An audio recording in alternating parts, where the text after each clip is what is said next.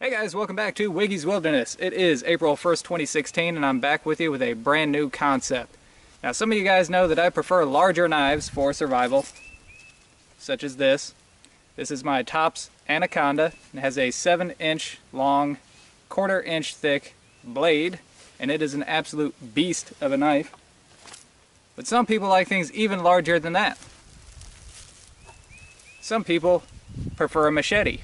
Now this is the Ontario US GI machete. This is kind of an older one.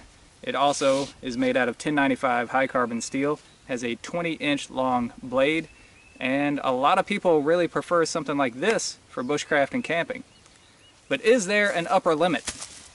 Well, that's what we're here to try to find out today. So we have, for the very first time, boom! Check that out. That's right. For the first time ever, we have the Bushcraft Katana. That's right, we are going to see if this thing is a viable option for bushcraft. Now we have an array of cutting tests lined up, and we are going to see if this is just the height of just too muchery, or if it's actually a good tool to use. So stay tuned.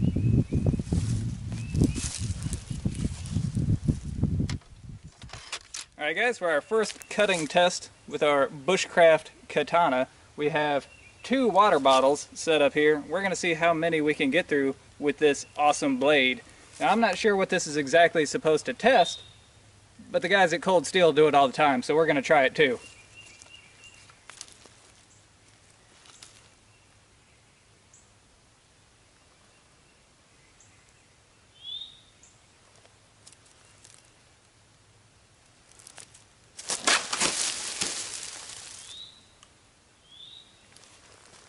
Alright, let's see how we did.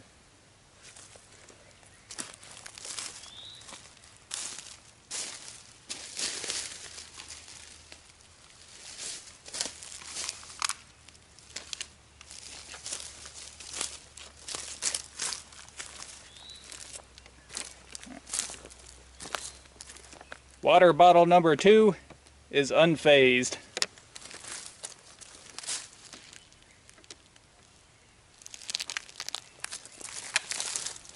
Water bottle number 1 is looking a little bit rough.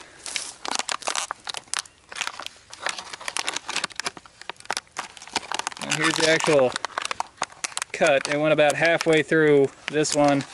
It looks like it kind of exploded down on the bottom. So we got through half a water bottle. And as far as the damage done to the blade, well, our throwing stars came out, and not sure how well you can see this, but the blade is bent, so we got to bend that back.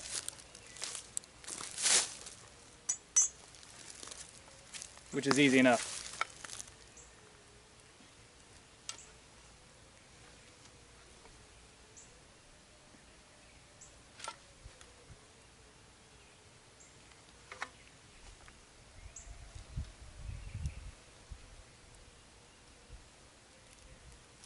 Yeah, that'll work. Alright, since we've got 1 water bottle left, we're going to go ahead and cut through it. See, maybe if I get more of a downward angle, maybe that might help. So, here we go. Test number 2, 1 water bottle.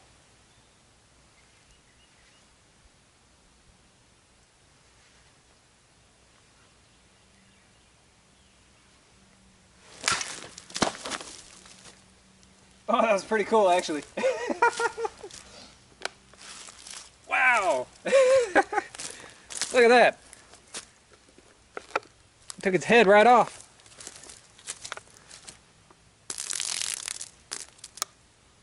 That was pretty cool. I wasn't expecting that. I wonder where the other piece went. Alright guys, for the next cutting test I wanted to try something that was more like a human analog. So the first thing that came to mind was something like those Ivan heads from Zombie Go Boom. I thought that would be awesome, but I couldn't find one. So I got the next best thing. We got this. a melon. Now it's kind of like a human analog in that it has an outside and an inside. I did the best I could. So let's see how well this does. Alright guys, since our ninja stars fell off the sword here, we're going to go ahead and try these first. We've got our simulated human melon analog here, so we're going to see just how well these are actually going to penetrate through the melon. So let's try this. Y'all ready for this? Ooh, that's pretty cool actually. Oh yeah, man, look at that. That's awesome. Check this out. Okay, so that's how well the ninja stars penetrated the melon. That did a lot better than I expected. Cool.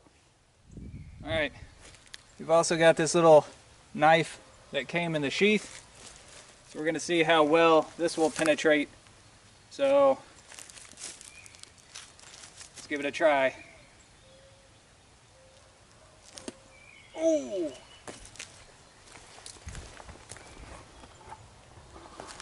Look at that! Pretty awesome.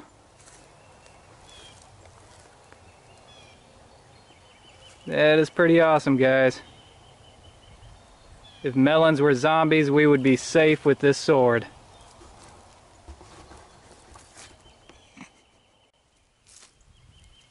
Alright, that was so awesome, I'm going to try it again.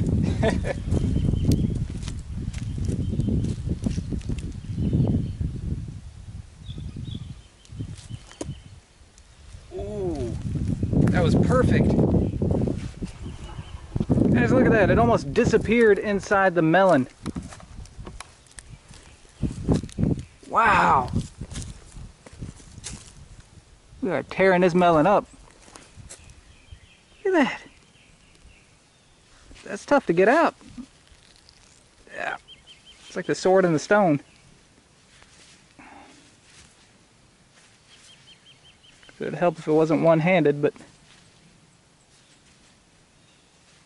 wow. Alright, cool.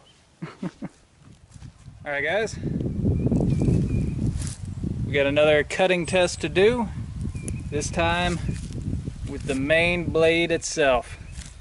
We're going to see if we can decapitate the top of this melon from the bottom of the melon. Let's try it. Okay, so the downward angle seemed to work really good, so I'm going to try to stay with that. Try to do it about a 45-degree angle here. Maybe, well, that looks about good.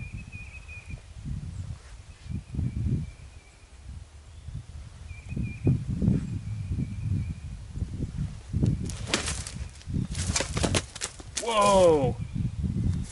I almost caught it. Here's the bottom.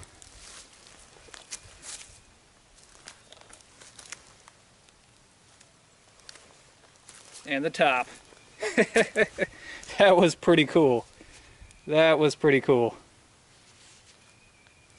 It is a clean cut all the way through our melon. Alright, we're going to try this one more time just to see if we can get a little bit cleaner cut.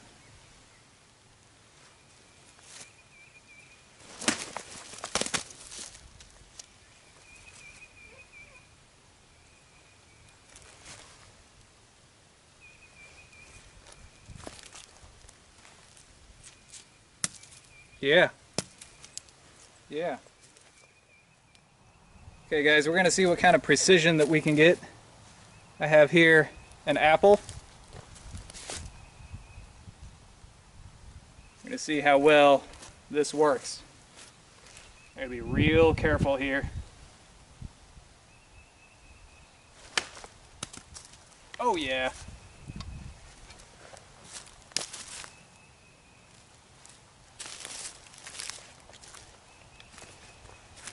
There you go. One apple sliced in half. I know what you guys are thinking. Wiggy, you must be some kind of awesome swordsman. Well, I don't like to brag, but you know, I actually don't have any formal training with swords at all. I mean, I know it's hard to imagine, but yeah, this is all just natural, raw talent right here, guys. And good equipment. I mean, this is a pretty good ninja sword, you know. It costs $30. I mean, 30 bucks, you know, at budk.com. So we'll see what else we can get with this.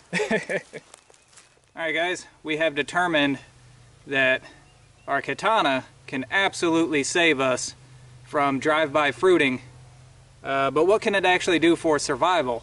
So I'm going to attempt to duplicate some of the tests that people would normally put a survival or bushcraft knife through with this katana. One of which is saying, will it strike a ferro rod? Now this actually does have a carbon steel blade, so we're going to see how well it strikes this ferro rod.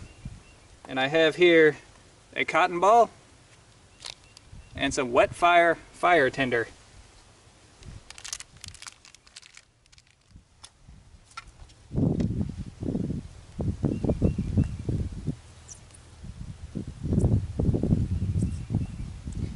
You always want to get a few shavings of the wet fire to help it light.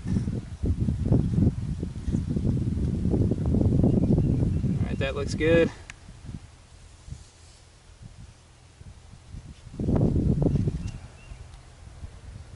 Okay. Now, pull apart this cotton ball.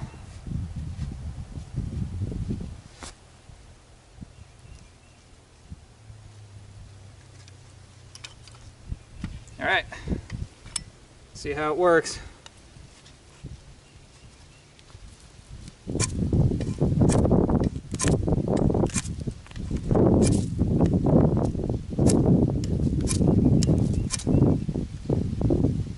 So far, not very good.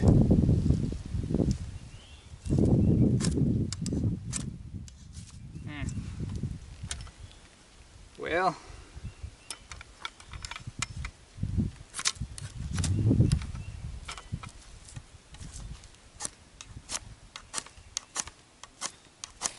oh, there it went.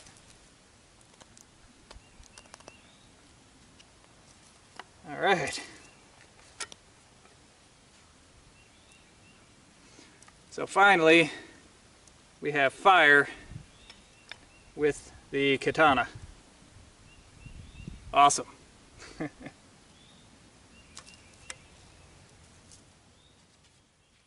Alright guys, the final test that we're going to do is a test that all good survival blades should be able to hold up to. That's batoning. Now I've got some seasoned cedar right here. This is not a particularly hard wood, but this is something that you would actually baton through to make something like a bow drill set. So, let's see how well this works. This one's already split most of the way. I'll start with it.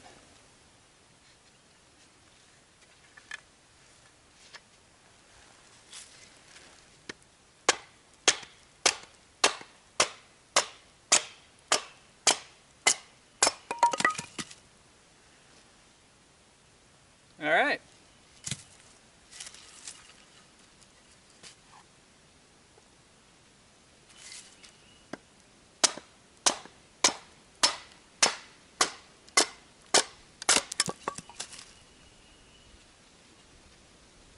Not too bad.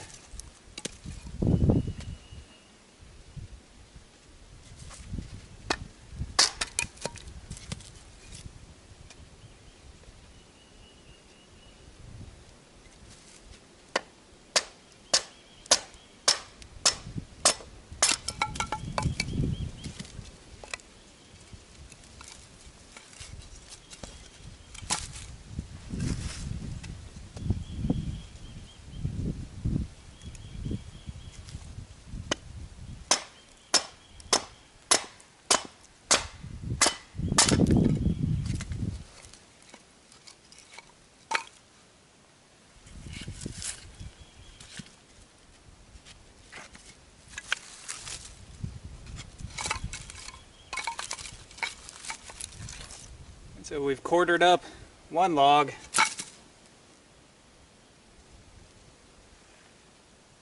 Doesn't look too awful. Let's continue. This one's a little bit harder.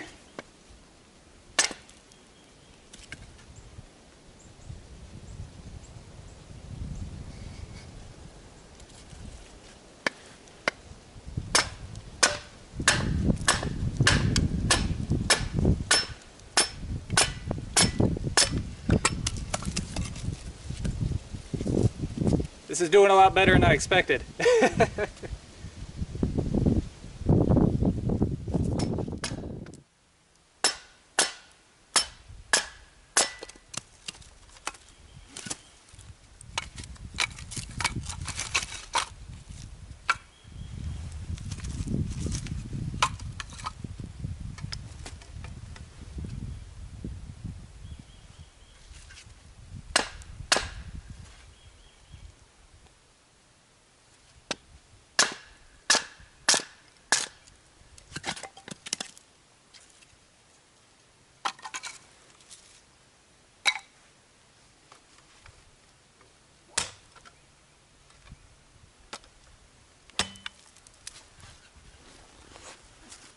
Alright.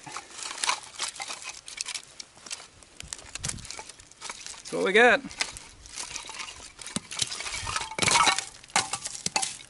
I didn't expect that.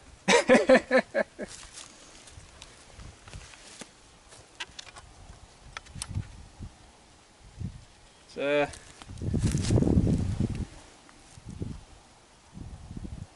not too bad. Alright guys, I think we have proven now that the katana is not only effective against keeping the user safe from fruits small and large alike, and also single file water bottles, but also is a viable survival and bushcraft option. So if all you have with you is a $30 katana, you too can survive. Alright guys, that's all the time I have for today, and until next time, thumbs up. Alrighty, if you're wondering what I did with all the fruit that I had out here, it's right down here. As you can see, I left a watermelon and a bunch of apples out here for the deer. I've been looking around at some of the tracks and I've been seeing little teeny tiny fawn tracks. So the does have already dropped their fawns for this year. So this is going to be a nice little treat for them. Also, if you're wondering how well the sword actually held up, well, this bottom part of the scabbard keeps on falling out.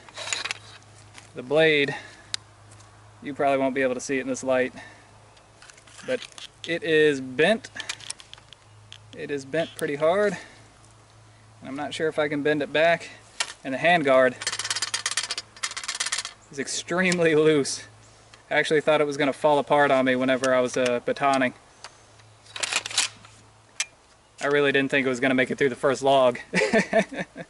So anyways guys, till next time, happy April Fool's Day.